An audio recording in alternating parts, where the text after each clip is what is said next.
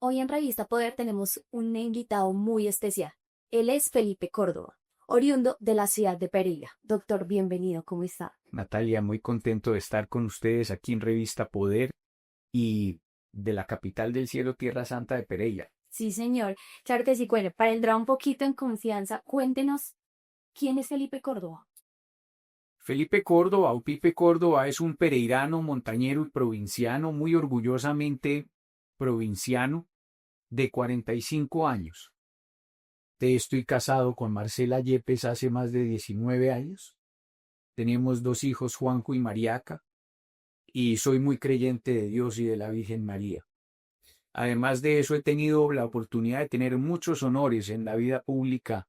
El primero de ellos es que soy soldado de la República del Sexto Contingente de 1997. Fui obrero de una empresa que se llama Hilos Cadena o Coast Cadena en Pereira. Y allá me dedicaba a limpiar hornos porque mi papá, que es médico, pasaba lo que hoy está pasando, que no les pagan el sueldo. Entonces le dejaron de pagar alrededor de unos 8 o 9 meses y me tocó empezar a estudiar y trabajar. Ahorré platica, digamos, en su momento y me vine a estudiar a Bogotá. Mis padres, digamos, me ayudaron también en ese propósito de estudiar aquí en Bogotá. Primero estudié la carrera de Gobierno y Relaciones Internacionales en el Externado de Colombia y siempre me ha tocado trabajar y estudiar.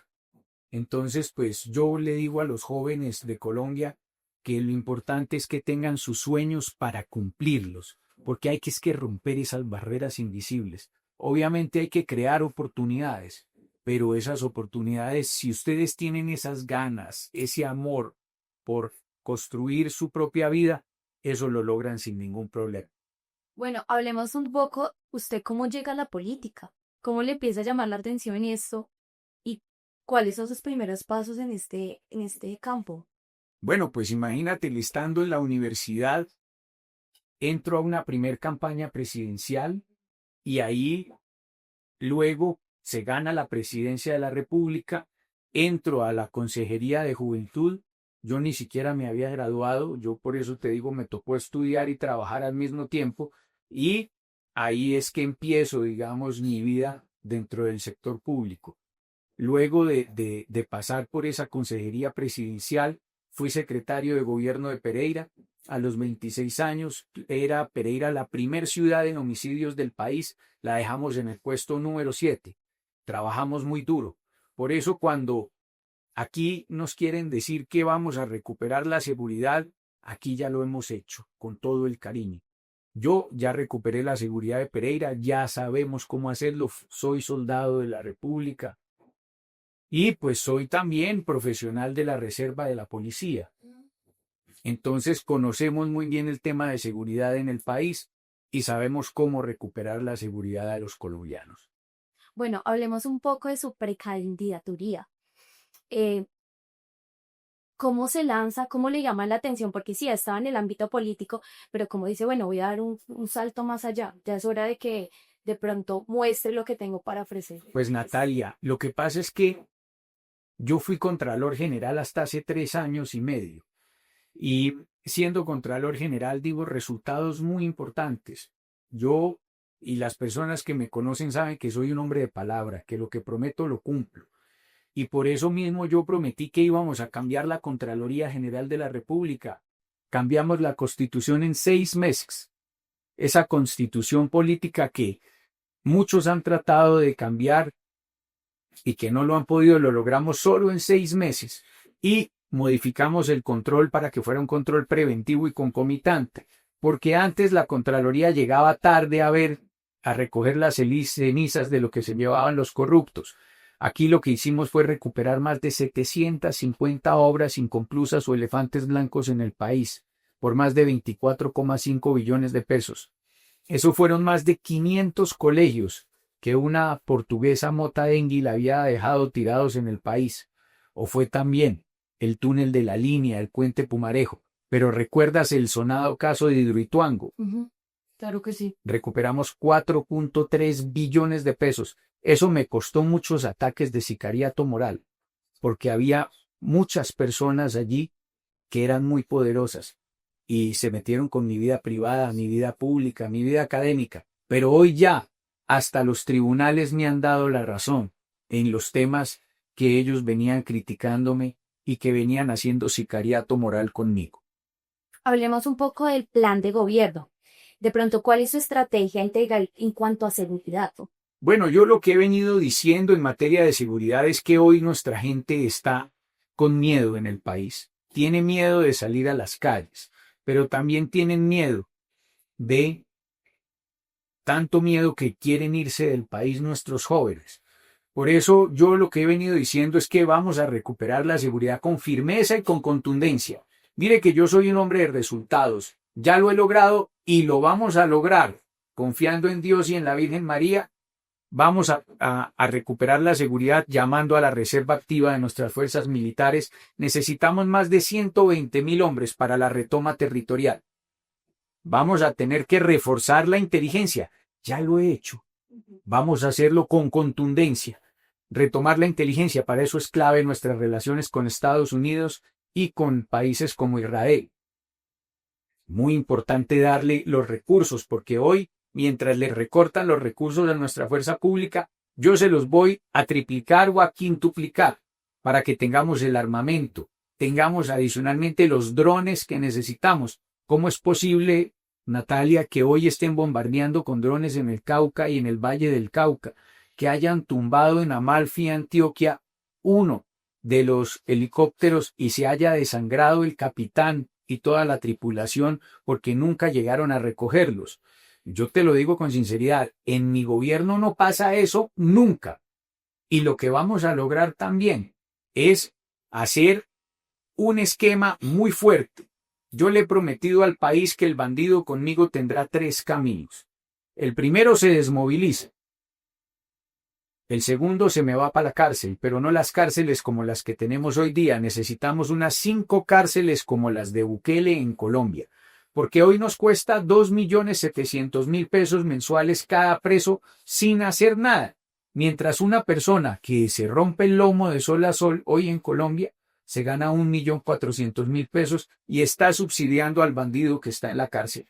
Por eso vamos a hacer cárceles autosostenibles, que trabajen los presos, 0 ocio dentro de las cárceles y, en ese sentido, que hagan los uniformes de nuestros niños que no tienen uniformes, que hagan el calzado de nuestros niños que hoy no lo tienen y no tienen cómo ir al colegio, que produzcan la comida de los más de 16,7 millones de colombianos que se despiertan hoy y no saben cómo van a desayunar, almorzar o comer. Conmigo se friegan, porque voy a poner a trabajar a los presos y vamos a poner a trabajar precisamente al bandido para que se resocialice. Entonces, bandido que no se desmovilice, que no vaya a la cárcel, tendrá que ser reducido o dado de baja por la fuerza pública colombiana. Vamos a fortalecer ese principio de autoridad. Si es necesario cambiar la Constitución, lo haremos, pero la vagabundería que hoy tenemos se acaba. Esa paz total de la vagabundina de la paz total la vamos a acabar el 7 de agosto de 2026. Claro que sí. Bueno, vayámonos un poco al crecimiento económico. Sabemos que hoy por hoy la situación económica del país está complicada y cada vez el peso colombiano vale menos. ¿Cómo va a ser esa reactivación económica, doctor? Lo primero es que ya, como lo dijimos anteriormente, ya luchamos contra la corrupción, ya sabemos cómo es que hay que luchar contra la corrupción en este hermoso país. Lo que tenemos es que acabar con la corruptela. Con la inteligencia artificial, la analítica avanzada, vamos a acabar con la corrupción en este país. Y ahí la plática nos va a alcanzar. Y lo segundo, pues yo estoy proponiendo bajar impuestos. Bajar impuestos del 19 al 7% el IVA para poder apostarle al consumo. Y apostándole al consumo como lo hizo Estados Unidos en su Gran Depresión, o lo han hecho los países de la posguerra europea, sacar al país adelante necesitando una cosa, y es que nuestra gente tenga platica en el bolsillo para que puedan ellos consumir y sacar el país adelante, para que el empresario quiera crecer su negocio y así pueda salir el país adelante. Entonces, acabando con la corrupción y adicionalmente de eso, ayudando a apostarle a que la gente consuma, el país vuelve a salir adelante, sale por otro lado, teniendo confianza inversionista. Hemos venido diciendo que lo que diríamos nosotros es poner una salvaguarda constitucional, diciendo que en los siguientes 10 años solo se hace una reforma tributaria para bajar impuestos y si no hay una pandemia, una emergencia económica, se haría en 10 años. Solamente una sola reforma tributaria. Eso genera confianza inversionista, del inversionista extranjero como del inversionista local, porque tienen la tranquilidad de que tienen reglas de juego claras y que tienen un sistema adicionalmente simplificado de generación tributaria. A eso se le apostaría completamente. Hablaba de inteligencia artificial. Usted decía, pues, como acabarla. ¿Prefiere acabarla que de pronto llegar a una regulación? Acabar La inteligencia, o sea, como que la... No, estamos diciendo es que vamos a acabar es la corrupción con la inteligencia artificial. ¿Y cómo es esa corrupción con la inteligencia artificial? Pues ya lo hicimos en la Contraloría. Hoy la obra pública se vigila con fotografía aérea, satelital, videos de dron. Y lo que se hace es seguimiento permanente al avance de obra. Y ya la inteligencia artificial mide colores. Ya revisa cuáles son los materiales de la obra. Y le dice a uno, de una u otra manera, cuál es el avance real de la obra. Ya no hay que esperar a que lo que le diga a uno el interventor. Con eso recuperamos más de 750 obras inconclusas o elefantes blancos en el país por 24,5 billones. Yo te hablaba también. Sacamos los carteles de la hemofilia, ¿te acuerdas? Carteles de enfermedades huérfanas, que esos eran pacientes fantasma. Y eso se hizo con inteligencia artificial también, porque ya en los sistemas de información uno sabe claramente a quién se le está formulando qué medicamento y ahí se puede contrastar con la realidad que hay de personal o de población en cada uno de los departamentos. Y ya la inteligencia artificial le manda a uno solamente una alerta. Lo que antes nos demorábamos 8 o 9 meses en poder ver con grandes equipos, hoy son alertas automáticas. Y por eso te lo digo, vamos a acabar la corrupción con inteligencia artificial y analítica avanzada. Y te lo digo, si logramos recuperar 51,7 billones de pesos de los colombianos en mi administración, que ese fue el último informe de la Auditoría General de la República, vamos a acabar la corrupción y persona que me toque un peso de los colombianos, yo mismo lo llevo a la cárcel. Como también tengo que decirse, aquí vamos a cuidar a nuestros militares y policías. Y el mensaje al militar y al policía que nos pueda oír es, cuídenme a la gente, que a partir del 7 de agosto de 2026 yo me comprometo en cuidarlos a ustedes, en darles seguridad jurídica para recuperar la seguridad de todos los colombianos. Bueno, ya hablamos de la economía y pues esto tiene que ver con las empresas. Si las empresas están bien, pues el desempleo también mejora, ¿no? Pero ¿qué más se puede hacer por el desempleo? Las tasas ahorita están de personas que gastaron su dinero en una carrera y cuando entran, pues los salarios no se ajustan. Yo lo que he venido diciendo, Natalia, en ese sentido es bajar impuestos para que el empresario pueda generar mayor empleo y no le cueste tanto generarlo. Pero tenemos que tener otras fórmulas con el joven. Nuestro joven que se ha demorado 5 años en estudiar y luego tiene esa barrera de la experiencia. Yo lo que he venido diciendo es que yo me comprometo en que el Estado colombiano le paga el 40% del salario los primeros 2 años y el empresario el 60%. Con eso, lo que estamos es rompiendo esa barrera invisible de la inexperiencia para que el muchacho esos primeros 2 años adquiera la experiencia, sea además un joven, pues mucho más factible para el empresario que no tiene experiencia formarlo y así, digámoslo, rompemos esa barrera invisible que hoy tienen nuestros jóvenes en Colombia. Claro que sí. Bueno, pasemos a hablar un poco de la salud, que ha sido tan polémico en los últimos tiempos. ¿Qué propone usted hacia la salud? ¿Un modelo totalmente renovado, cambios o...? Yo creo que uno debe construir sobre lo construido. Pero yo soy hijo de médico y mi madre murió de una enfermedad crónica, un lupus eritematoso sistémico. Es una enfermedad muy dolorosa. Y A mí me duele, por ejemplo, ver cómo no tenemos hospitales de alta complejidad en el país. Solamente hoy se puede enfermar gravemente uno en 5, 6 ciudades capitales: Bogotá, Medellín, Cali, Bucaramanga, Barranquilla y hoy Cartagena con Serena del Mar. Muy desafortunado. Tenemos que hacer esas grandes inversiones para que el eje cafetero tenga su hospital de alta complejidad, para que adicionalmente la sabana sucreña, cordobesa, tenga su propio hospital de alta complejidad, para que el sur del país, Nariño, el Cauca, Putumayo, tengan su hospital de alta complejidad y así poder solucionar el problema. Yo creo en un modelo preventivo y hoy la tecnología es una maravilla para eso, porque tú puedes conectar manillas inteligentes, relojes inteligentes, que te dan además a ti cuáles son tus signos vitales permanentemente, tus pasos, te dan todo. Y eso lo deberíamos conectar al médico y que el médico preventivamente te diga qué es lo que te está pasando. Hoy tenemos 2.500.000 diabéticos. Deberían tener ellos el sensor de azúcar en sangre para poder ver cómo están sus picos de sangre permanentemente. Pero el aparato es demasiado caro. Pero ¿qué es más caro?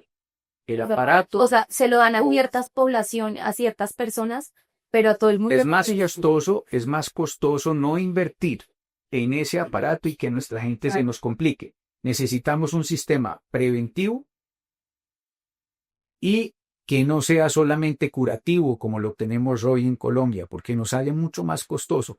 Si nosotros prevenimos, sabemos cómo está comiendo el diabético, si sabemos cuáles son los picos de insulina que tiene, el médico permanentemente sabe cómo tratar a esa persona y que no se nos complique. Lo costoso es la complicación médica, por eso tenemos que ir a la prevención para que las personas no terminen falleciendo por no tener un control y un seguimiento permanente. Entonces necesitamos un control y un sistema preventivo, predictivo y curativo. ¿Y preventivo en qué sentido? Ya la inteligencia artificial, la analítica avanzada, deja ver cuáles son los indicadores de la persona, cómo podría ser esta persona tratada y el seguimiento que se le debe hacer para que en el momento que llegue a un hospital no llegue complicada. Bueno, pasemos a hablar un poco de las regiones. ¿Qué cree usted que le conviene a las regiones? ¿Continuismo o cambio? Necesitamos un cambio real, pero no el cambio que prometió este guerrillero presidente, no. Necesitamos un cambio en el cual nosotros podamos ver que la autonomía regional sí se cumpla. Yo soy de provincia y por eso te digo, es muy importante que lleguen los recursos a nuestras regiones, dejar ese centralismo rampante que tenemos hoy día. Y desde ese punto de vista necesitamos es que lleguen más recursos para la salud, para la educación, la gratuidad de la educación que es tan necesaria para nuestros jóvenes y para que haya oportunidades para nuestra gente. ¿Y por qué no decirlo? Se necesita no solo para los jóvenes, sino estos adultos de más de 45 años como yo, que en muchas oportunidades ya no los contratan que porque sienten que están muy viejos. Hay que hacer toda una tarea importante en ese sentido. Bueno, y ya para ir terminando, cuéntenos un poco cuál es su diferencia ante los otros candidatos. Que hemos dado resultados. Dime cuál de ellos ha sido soldado de la República, obrero, y de ahí haya sido Contralor General y haya recuperado 51,7 millones de pesos. Nadie le recupera los recursos a los colombianos. Yo sí se los recuperé. Y por eso te digo, yo voy a acabar con la corrupción y vamos a recuperar la seguridad con mano firme, pero además de eso con contundencia. Porque cuando yo hablo y digo que voy a hacer una cosa, la cumplo. Por eso lo que necesitamos es que nuestra gente lo diga con sinceridad y que nos ayude a nosotros a llegar el 7 de agosto de 2026 a la presidencia de la República en Colombia. Bueno, ya para terminar, ¿cuál es su poder, doctor? Mi poder es el poder del amor, de la oración, el poder de las ganas, del trabajo constante, de la disciplina, porque la constancia vence lo que la dicha no alcanza. Entonces lo hacemos con mucho amor, pero sobre todo porque amamos este hermoso país. A mí mi hija en diciembre del año pasado me decía que no quería tener hijos en Colombia, porque le tiene miedo del maíz. Yo te lo digo con sinceridad, Yo por este hermoso país juré como soldado que llegado al caso moriría por defenderlo. Y por eso te lo digo, morir por defenderte. Vamos a hacer lo que sea necesario para recuperar este hermoso país a 2026. Que así sea. Precandidato, muchas gracias de nuevo por aceptar la entrevista, por este espacio. Le deseamos los mejores deseos y la revista Poder abre esas puertas las debes que usted necesita. Tan linda. Muchas gracias, Natalia. Gracias por invitarnos y abrirnos los micrófonos de la revista Poder. Claro que sí, a toda nuestra audiencia que sigan súper conectadas y no se pueden perder las próximas entrevistas acá en Revista Poder.